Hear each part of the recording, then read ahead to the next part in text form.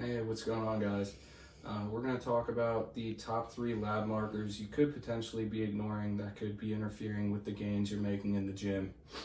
So the first lab marker I recommend assessing for is something called your sex hormone binding globulin. This is a really beneficial marker to assess because even if your total testosterone looks good on paper, SHBG essentially works by making your testosterone unavailable in circulation. So, when we tend to see higher SHBGs, it can give us some input on whether somebody is perhaps overtraining, in a caloric deficit, perhaps even some thyroid issues. So strongly recommend getting a full picture of not only what your total testosterone looks like and free testosterone, but also that SHBG. Again, that can give us some insights on why that free T could potentially be low and what we need to do about it. So the next lab marker I would recommend assessing is something called your fasting insulin. This can give us some input on how your body is handling carbohydrates.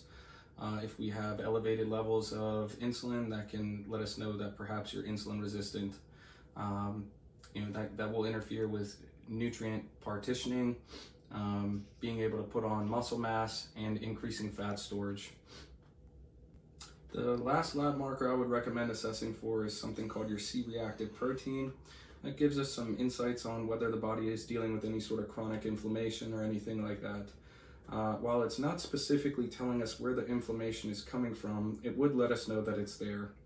Some things that can lead to chronic inflammation or gut issues, poor sleep, overtraining even perhaps. So again, we really want to just get a full understanding of how the body is functioning internally.